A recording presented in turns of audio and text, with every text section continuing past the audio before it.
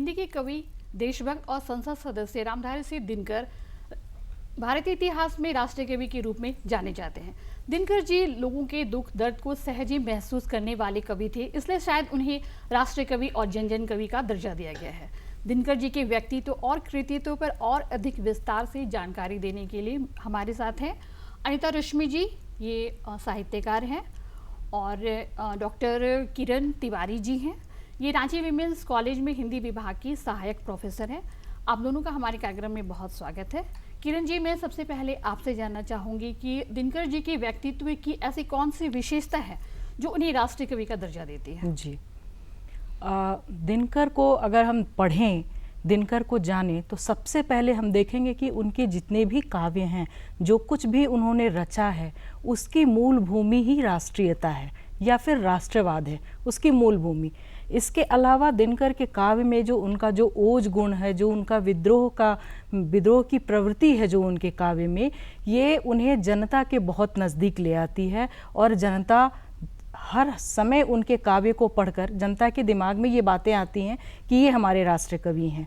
और इसलिए उन्हें राष्ट्र कवि की घोषणा, राष्ट्र कवि उन्हें घोषित किया गया था, क्योंकि अपने जितने भी काव्य की सर्जना उन्होंने की, उसमें राष्ट्र को सर्वोपरि रखा, राष्ट्र को सबसे ऊपर रखा और जनता के हित की बातें की। जहाँ भी जनता का अहित होता था वहाँ दिनकर आवाज़ उठाते थे।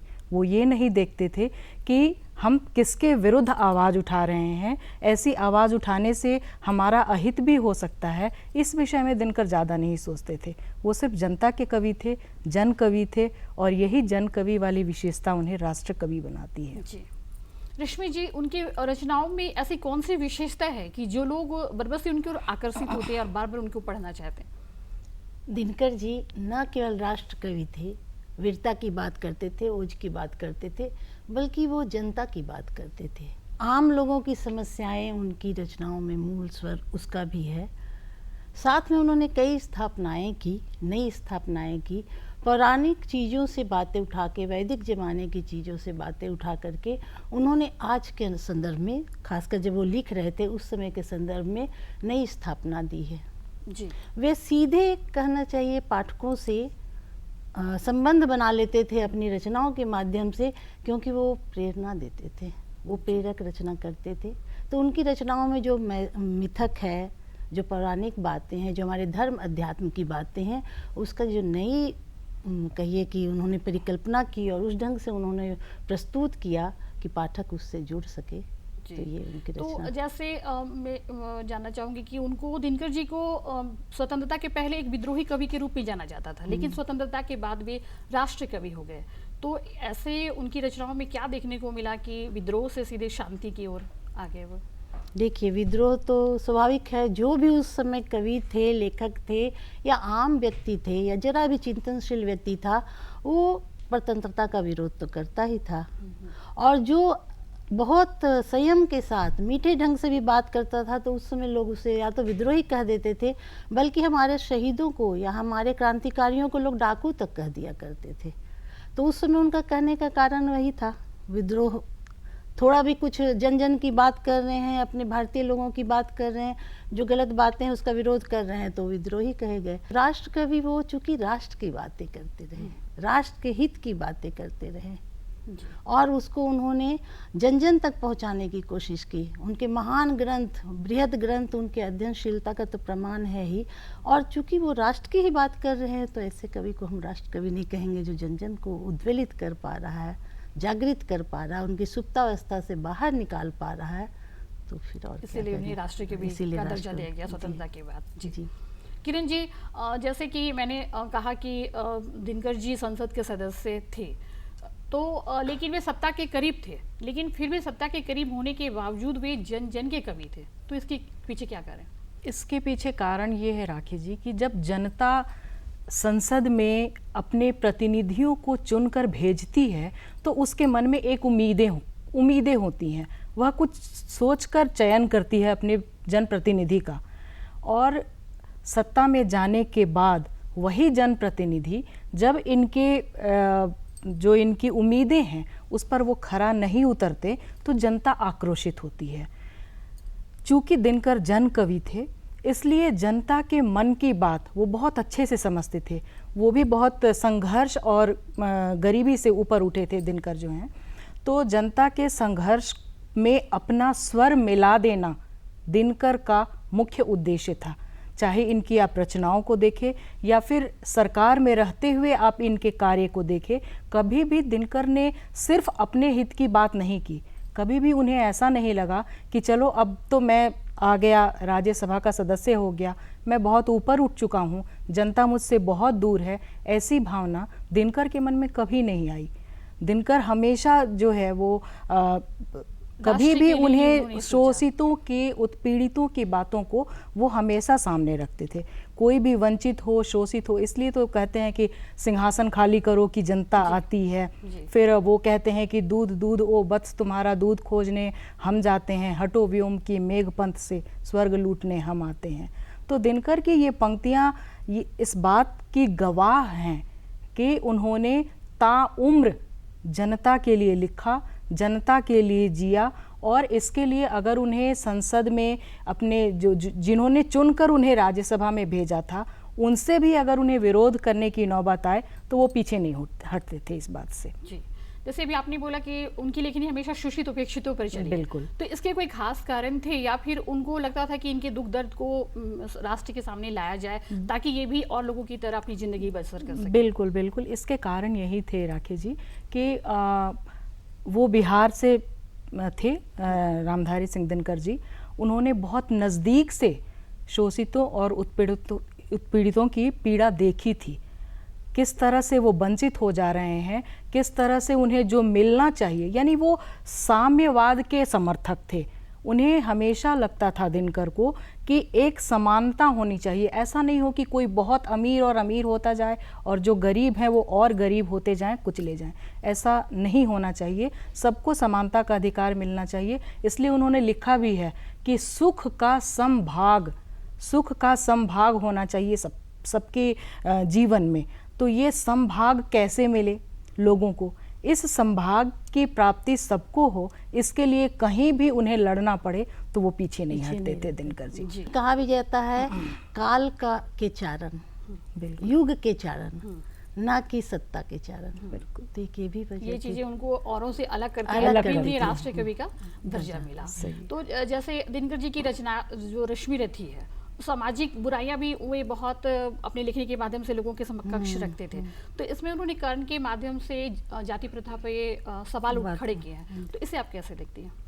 देखिए, उस समय जाति प्रथा बहुत ज़्यादा थी बिहार में, तो बहुत ही ज़्यादा। उन्होंने स्पष्ट लिखा है कि बिहार इससे भी पिछड़ रहा है और एक दिन ख़त्म भी हो जाएगा। तो वो जो जाति प्रथा है वो हमारे समाज को की नींव को कुतर रहा था, हमारे समाज की जड़ को कुतर रहा था और अभी फिर से उभर रहा है।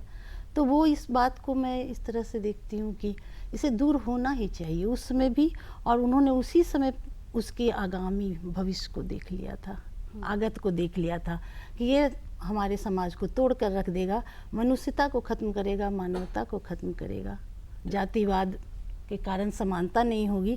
तो इसलिए उन्होंने इस पर लिखा भी और लोगों को जगाने की कोशिश लगातार की, उसको आकर्षित किया कि जाति प्रथा को हटाना। परशुराम और कर्ण के माध्यम से उन्होंने बताने की कोशिश की कि कर्ण के प्रति बहुत ज़्यादा अन्याय हो रहा है। क्यों हो रहा है? क्योंकि वह उस जाति के अंतर्गत नहीं आता, जबकि वो सूर्य पुत्र थे, कुंती के राजकुमारी के पुत्र थे, अभी राजमाता के पुत्र हैं।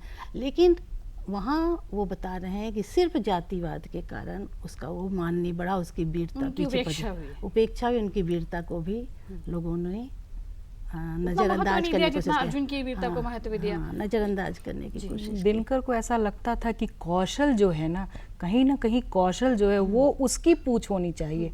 मानवीय गुणों के आधार पर लोगों को कौन जो वीर है या कौन वीर नहीं है, इसका पैमाना जो है वो मानवीय गुण और उसकी कुशलता होनी चाहिए। इसलिए भी वो विरोध करते थे, ध्यान दिया और इसके माध्यम से यही सवाल खड़े किए समाज के सामने की जाति प्रथा अगर नहीं हटेगी तो लोगों को समानता नहीं मिलेगी। जैसे भी आपने बताया था कि समभाव पे यकीन करते थे। जी, तो जैसे उनकी रचना, जैसे मैडम ने बोला कि परशुराम की प्रतीक्षा, तो इसमें उन्होंने आलोचना भी की है और इसके माध्यम से कुछ संदेश देना चाहा है। तो इसके बारे में कुछ बताइए। परशुराम की प्रतीक्षा दिनकर ने तब इसका सृजन किया था, तब रचा था इसे, जब 1962 में भारत और चीन का युद्ध हुआ था और भारत उसमें बुरी तरह से हार गया था।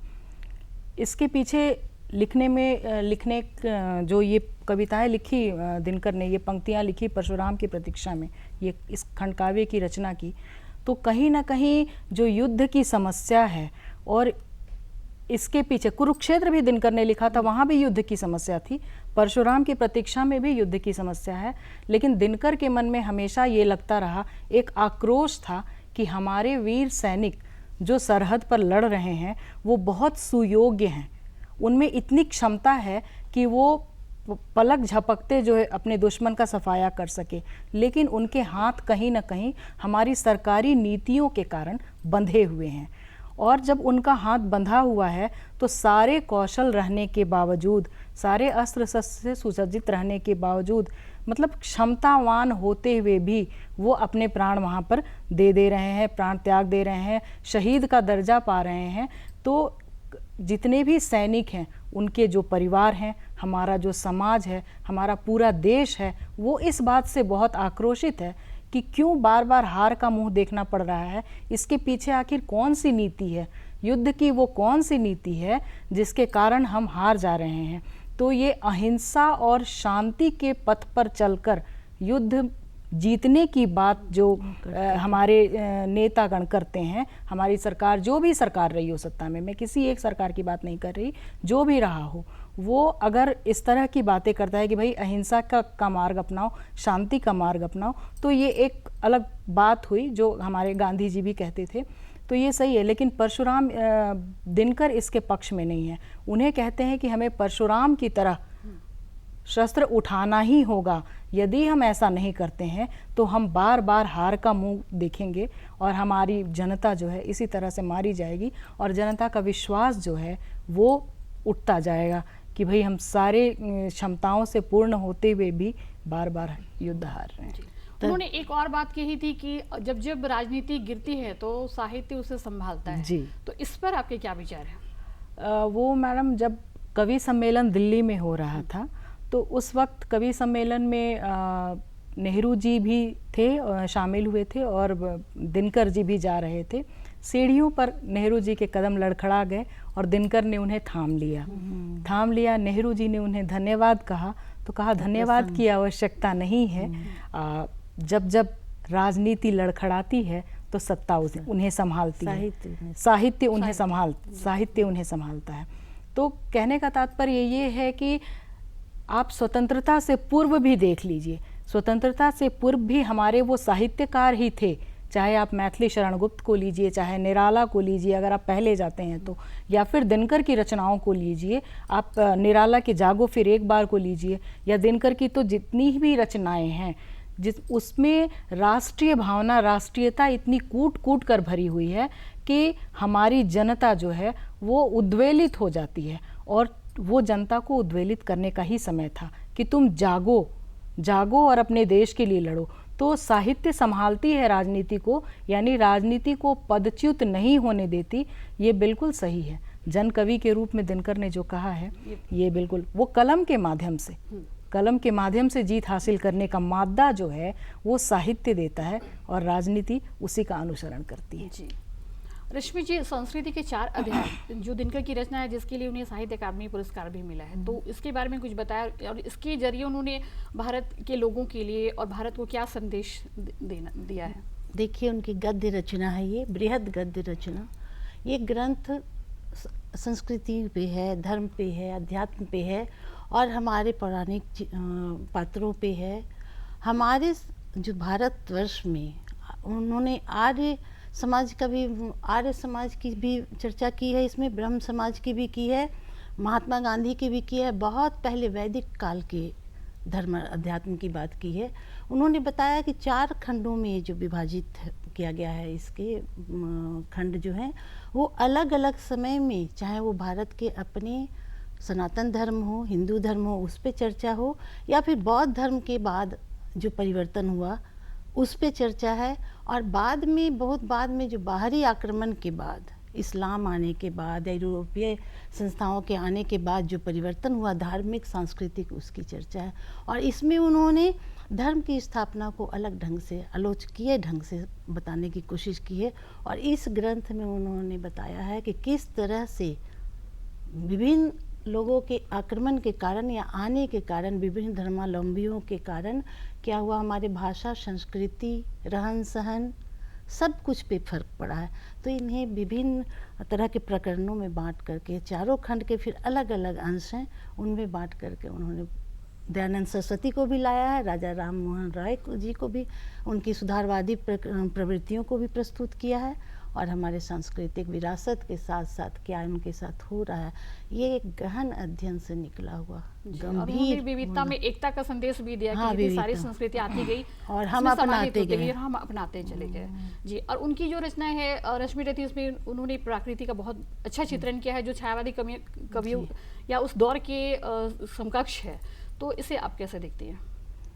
उन्होंने प्रकृति का वर्णन बहुत कम किया है, बहुत जगहों पे नहीं, क्योंकि उनका उद्देश्य देश को जगाना था, बिल्कुल देश का निर्माण था, उत्थान था। और उनकी मनसा कहिए, व्यक्तित्व कहिए, अंदर की भावना, जो मनोजगत था उनका, देश के लिए ही था। तो प्रकृति का वर्णन उन्होंने बहुत कम किया है। लेकिन जहाँ भी किया है, रश्मि रथी में जो कर्ण और परशुराम का संवाद है वहाँ किया है, युद्ध वाले स्थल पे किया है, जब महाभारत का 18 दिन तक युद्ध चला तो उस समय किया है, और कुंती और कर्ण के बीच जो संवाद चला है उसके बीच भी। तो उन्होंने जो ये इस रश्मि रथी में उन्होंने जो प्रकृति वर्णन किया, उसमें उन्होंने ये ख्याल रखा कि उसमें उपमा की गई है। वो प्रकृति का वर्णन तो है ही, लेकिन वो एक तरह से तुलना है, उपमा है, बताने की कोशिश है। धराशायी हो रहे पेड़, आंधियाँ आ रही है, उससे बड़े बड़े पेड़ धराशायी हो रहे, तो वो क्या करते हैं, वो बताना चाहते हैं कि यह आंधी जो आई है, युद्ध की आंधी कौरव और पांडवों के बीच, उससे दोनों तरफ के महारथी धराशायी हो रहे हैं। उसी की तुलना प्रकृति से कर दी है। तो वो एक केवल युद्ध के कवि नहीं थे, वो ये नहीं कहते थे कि युद्ध करो, परिस्थिति वश वो परिवर्तनशील थे, बदलते थे अपनी भावनाओं को, और बताते थे कि युद्ध का भी जो, युद्ध के बाद जो सन्नाटा है, जो सूनापन है, उसको भी समझाने की कोशिश इसमें की है। और एक प्रसंग जो है, बात की है कर्ण और कुंती के बीच, उस समय उन्होंने नदी का वर्णन किया है। तो वो मन स्थिति और परिस्थिति के बस होकर मनस्थिति को उन्होंने प्रकृति से जोड़ के और अपनी बात कहकर पाठकों तक पहुंचाने की कोशिश की। और परशुराम और कर्ण का जो संवाद है, जिसमें परशुराम से मिले हैं, उस समय उन्होंने हिरणों की बात की है, आसपास के दृश्यों की बात की है। तो वो इस तरह से, एक तरह से बताने की कोशिश करते हैं मन स्थिति, परिस्थिति, और किस तरह से मानवीकरण मानवीकरण इसमें, इस जगह मानवीकरण नहीं है, तो तुलना, उपमा देने की कोशिश है जी। किरण जी, उर्वशी जो उनकी रचना है, उसमें प्रेम और अध्यात्म का उन्होंने साहित्यिक वर्णन किया है, तो इससे कैसे देखती हैं आप? उर्वशी उन्होंने अपने जीवन के उत्तर काल में लिखी। अमूमन हम देखते क्या हैं कि जब भी कोई रचनाकार कविताएं लिखना शुरू करता है तो अपने जीवन के युवावस्था में प्रेम की कविताएं लिखता है। धीरे धीरे वो, जैसा सत्यम शिवम सुंदरम की बात करते हैं पंत, वही बात यहाँ पर मैं कहना चाह रही हूँ कि जीवन के शुरुआत में प्रेम की कविताएं लोग लिखते हैं, और जब बीच का समय उनके जीवन का होता है उस समय दुनियादारी की कविताएं करते हैं, और फिर जीवन के उत्तरार्ध में अध्यात्म की कविताएं करते हैं। लेकिन दिनकर के साथ इसका उल्टा हुआ। दिनकर की परिस्थितियां ऐसी थी, जैसा मैडम ने भी कहा कि उनकी परिस्थितियां ऐसी थी कि जीवन के शुरुआती काल में ही उन्होंने राष्ट्र प्रेम और राष्ट्रीय भक्ति से ओतप्रोत राष्ट्रीयता की बातें की। उस वक्त आजादी आजादी का संघर्ष जो था वो चरम पर था, इसलिए उन्होंने अपनी रचनाओं के माध्यम से उनको जगाने की कोशिश जैसे कहते हैं ना, समय की मांग पर हर कवि अपनी रचनाएं यदि समय की मांग पर युग परिवेश के अनुकूल करे तो वो रचनाएं जो हैं सबसे ज्यादा सराही जाती हैं, समाज में जनहित बन जाती है, जनहित की रचनाएं बन जाती हैं। तो शुरुआत में उन्होंने, जैसा उस समय चल रहा था, संघर्ष का समय था, तो संघर्ष की बात की। लेकिन अपने जीवन की उत्तर अवस्था में दिनकर ऐसा नहीं था कि वो विद्रोह के कवि थे तो उनके हृदय में प्रेम नहीं था, ऐसी बात नहीं थी। प्रेम कहीं न कहीं था, लेकिन राष्ट्रीयता और राष्ट्रीय भावना के उद्गार के कारण उनका प्रेम जो था वो कहीं न कहीं दब गया था। इसी प्रेम का प्रस्फुटन जो है वो उर्वशी महाकाव्य के माध्यम से उनके जीवन के उत्तर काल में हुआ। उर्वशी में भी जो उन्होंने प्रेम की बातें की हैं पुरूरवा और उर्वशी के माध्यम से, ये स्थूल प्रेम की बातें न होकर सूक्ष्म प्रेम की बातें हैं। काम से अध्यात्म की ओर जाने वाली यात्रा है उर्वशी की प्रेम कहानी जो है, वो काम से अध्यात्म की ओर। पुरूरवा चूँकि इस लोक के व्यक्ति हैं तो उनकी जो प्रेम की इच्छा है वो कहीं ना कहीं उन्हें ऊर्ध्वलोक की ओर ले जाती है, ऊपर की ओर जाते हैं वो। उर्वशी स्वर्ग की अप्सरा है, वो पृथ्वी लोक का सुख भोगना चाहती है। तो इन दोनों का प्रेम जो है आपस में वो स्थूल ना होकर वायवीय प्रेम या सूक्ष्म प्रेम के रूप में माना जा सकता है। ये बहुत सुंदर एक प्रेम का काव्य है, बहुत सुंदर प्रेम का निरूपण किया है रामधारी सिंह दिनकर ने उर्वशी पुरूरवा के माध्यम से। हालांकि कुछ लोग ये भी कहते हैं कि औशिनरी जो पुरूरवा की, हाँ, जो पत्नी थी पुरूरवा की, उनके साथ जो है वो गलत हुआ, क्योंकि औशिनरी का प्रेम भी बहुत सच्चा प्रेम था पुरूरवा के प्रति। लेकिन एक लौकिकता से अलौकिकता की तरफ जाने की जो यात्रा थी पुरूरवा की, वो कहीं ना कहीं बाधित हो रही थी औशिनरी के साथ प्रेम में। इसलिए उन्होंने उर्वशी से उनका प्रेम जो है इसलिए प्रगाढ़ रूप ले सका। जी। और जैसे जेपी आंदोलन हो रहे थे तो उन्होंने लोगों को जगाने के लिए सिंहासन खाली करो की जनता आती है, जो उस वक्त जनगीत बन गई थी और आज के संदर्भ में भी ये लोगों की जुबान पे चढ़ी हुई है। तो उनके लेखनी में ऐसी कौन सी विशेषता थी कि लोग खींचे चले जाते थे और उनकी रचनाएं लोगों की जुबान पे चढ़ जाती थी? देखिए मैडम, ऐसा है कि सिंहासन खाली करो कि जनता आती है, ये शब्द आज भी उतना ही प्रासंगिक है आज जितना उस वक्त था। ये बहुत प्रासंगिक पंक्तियां हैं, दिनकर की कोई भी पंक्ति आप उठा लीजिए, वो एक तरह से ललकार रहे हैं सत्तासीन को कि अगर तुमने, जनता ने आपको जिसलिए चुनकर भेजा है, अगर आप वहाँ बैठकर सिर्फ सत्ता के सुख का उपभोग करेंगे और जिन्होंने आपको वहाँ तक पहुँचाया है उनकी समस्याओं को, उनकी पीड़ाओं को अगर आप भूल जाएंगे, तो आप ये मत समझिए कि आप हमेशा के लिए वहाँ चले गए। आप, चूँकि ये प्रजातंत्र है, लोकतंत्र है, तो ये राजतंत्र नहीं है कि आप एक बार सिंहासनारूढ़ हो गए तो फिर आप हमेशा के लिए वहाँ बैठ गए या फिर युद्ध करना होगा जनता को आपसे। ऐसी बात नहीं है। आप सिंहासन पर जनता ने आपको बैठाया है तो जनता यह ताकत भी रखती है कि वह आपको सिंहासन से उतार कर फेंक दे। ये कुछ दिनों की बात है। अगर आप जनता की उम्मीदों पर खरे नहीं उतरते हैं तो वहाँ से उतरने के लिए भी आप तैयार रहिए। इसलिए दिनकर जनता की आवाज़ बनते हैं और उस आवाज़ के साथ वो ललकारते हैं कि सिंहासन खाली करो कि जनता आती है। क्योंकि अमीरों के बच्चों को, अमीरों के कुत्तों को भी दूध और वस्त्र मिलते हैं, और जो गरीबों के बच्चे होते हैं वो दूध के लिए चित्कारते हैं, उन्हें दूध नहीं मिलता, वस्त्र नहीं मिलते, शोषितों की और फटेहालों की ज़िंदगी जीते हैं। तो कहीं ना कहीं एक दिनकर के मन में ये विद्रोह की भावना प्रस्फुटित होती है कि ऐसा क्यों किया आपने, कि एक समभाव, जो मैंने पहले भी कहा कि इनको भी उतना ही सुख भोगने का अधिकार है जितना अमीरों को अधिकार है। अगर आप इनके प्रति सचेत नहीं हुए तो आपको कभी भी वहाँ से हटाया जा सकता है। यही कारण थे कि लोगों के वो जनप्रिय कवि बन गए, जनप्रिय उनकी रचनाएं लोगों की जुबान पे, जनता की आवाज़ थे वो। जी। रश्मि जी, मैं आपसे जानना चाहूँगी कि जो क्या ऐसा माना जा सकता है कि अगर हिंदी के विद्यार्थी ने अगर दिनकर को नहीं पढ़ा तो उनकी पढ़ाई अधूरी है? निसंदेह माना जा सकता है। तो ऐसे उनमें क्या है रचना में कि जो पढ़ने से ही लगे कि नहीं, हमने हिंदी साहित्य को जान लिया, पहचान लिया, तो इसकी कुछ विशेषता? देखिए, हिंदी साहित्य, खासकर दिनकर का साहित्य, जो कि अभी हम उन पर बात कर रहे हैं, इसलिए हिंदी साहित्य में आपको हमारे वैदिक काल से लेकर दिनकर जी ने अब तक के, हमने जो स्वतंत्रता हासिल की उसके बाद के नवनिर्माण काल तक का भी उन्होंने वर्णन किया है। और सब में उनकी रचना अलग अलग है। उर्वशी में अलग है, श्रृंगारिक रचना है। अप्सरा कहाँ उर्वशी, इंद्र के दरबार की, मेनका रंभा के जैसा आनंद पाने वाली, सब सुख सुविधा पाने वाली, और कहाँ उन्हें पुरूरवा से प्यार हुआ और उन्होंने उस प्यार की खातिर, प्रेम की खातिर पृथ्वी पर आना स्वीकार किया। जबकि वो समझ रही हैं कि यहाँ वो आनंद या वो सुविधाएं नहीं मिलेंगी। हालांकि मुझे इसमें थोड़ा उर्वशी में एक बात लगती है कि उनकी पत्नी के प्रति शायद अन्याय हुआ, और वहाँ अप्सरा रक्षिता की तरह है। तो इन्होंने सभी विषय को लिखा है। तो इसलिए इनको जानने के लिए इनके काव्य को पढ़ना पड़ेगा इनको, क्योंकि उनके जो मनोजगत में जो था, जो उनके व्यक्तित्व में था, जो उनके व्यवहार में था, जो उनके स्वभाव में था, वही बातें उन्होंने अपनी रचनाओं में डाली है। जी। ऐसा नहीं कि एक कृत्रिम या नकल करके लिख लिया। उन्होंने पौराणिक चीजें ली, लेकिन मिथकों को लिया, लेकिन नकल नहीं किया। वहाँ पे जाके खुद को वहाँ जिया, समझा, जिया, महसूस किया, फिर अपनी महसूस लेखनी के किया। माध्यम से पाठकों तक पहुंचाया। शायद और यही जब आप उन्हें पढ़ेंगे, उनकी एक एक रचना के पास जब जाएंगे, तो आप अपने देश को भी जान पाएंगे, समाज को जान पाएंगे, विसंगतियों विनम्रताओं को जान पाएंगे। सही। तो वीर आपको रस सब के- कुछ जानने वे के लिए वीर रस के कवि थे, लेकिन उन्होंने श्रृंगार को भी छुआ। मतलब उनकी रचनाओं को पढ़ने से सारी चीजों की जानकारी हमें जी, मिल राखी जाएगी। जी, तो सही। जैसे जो कुरुक्षेत्र है, उसके पीछे की भी एक कहानी है कि 4 साल की नौकरी में 22 तबादले हुए।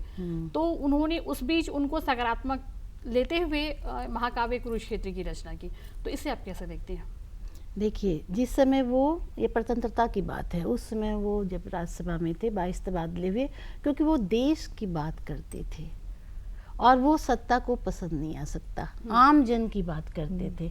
वह किसी भी सत्ताधारी को पसंद नहीं आएगा, उसे चाटुकारिता पसंद है, जो ये नहीं किया करते थे। लेकिन वो पास से दोनों पक्षों को देख पा रहे थे। किसान परिवार से थे, पिताजी बहुत कम उम्र में गुजर गए थे, 2 साल की उम्र में।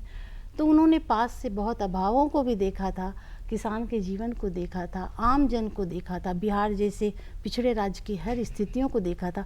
तो वो इसे भी जी रहे थे और साथ में सत्ता भोग भी। तो उनके अंदर कहीं ना कहीं एक क्षोभ था, एक गुस्सा, अंदरूनी गुस्सा। तो उसे उन्होंने कुरुक्षेत्र के माध्यम से निकालने की कोशिश की। अपने अंदर के द्वंद्व को उन्होंने द्वंद्व को, अपने अंदर के द्वंद्व को नहीं, ये जो युद्ध है उसकी निस्सारता के प्रति वो जरूर गहराई से सोचते रहे होंगे, तो वही उन्हें उन्होंने निकालने के। तो इसमें क्या युधिष्ठिर हैं, हम्म, और वो जब महाभारत का युद्ध 18 दिन का खत्म हो जाता है कुरुक्षेत्र में, हम्म।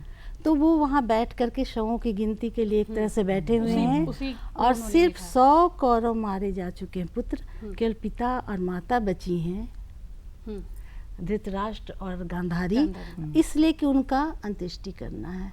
तो वो चीज पछतावा के रूप में युधिष्ठिर के अंदर आता है। अब यहाँ पर रामधारी सिंह जी अलग हो जाते हैं, जो अब तक करते थे युद्ध करो, हम्म, क्षमा शोभती करुणा। उस भुजंग को जिसके पास गरल हो। आज वो बताना चाह रहे हैं कि नहीं, युद्ध जरूरी नहीं है, रक्तपात जरूरी नहीं है, यानी जीवन की हर स्थितियों को लेके और कुरुक्षेत्र करुणा में को ही छुआ उन्होंने करुणा इसमें। को छुआ और जगाने की कोशिश की कि युद्ध जरूरी नहीं है, ये भी बताना चाहा। मतलब परिस्थिति बस। तो कुरुक्षेत्र उनका जी। एक अलग तरह का काव्य हुआ। वही आप युद्ध की लोगों ने समस्या। दिनकर जी के बारे में बहुत अच्छी अच्छी जानकारियां हम लोगों को दी। उम्मीद करती हूँ लोग इनसे लाभान्वित होंगे। कहा जा सकता है कि दिनकर जी अपनी रचनाओं के माध्यम से लोगों के दिलों पे आज भी राज कर रहे हैं। उनकी रचनाएं लोगों को जगाने का काम करती थी, लेकिन जीवन के अंतिम क्षणों में वे खुद से हार गए।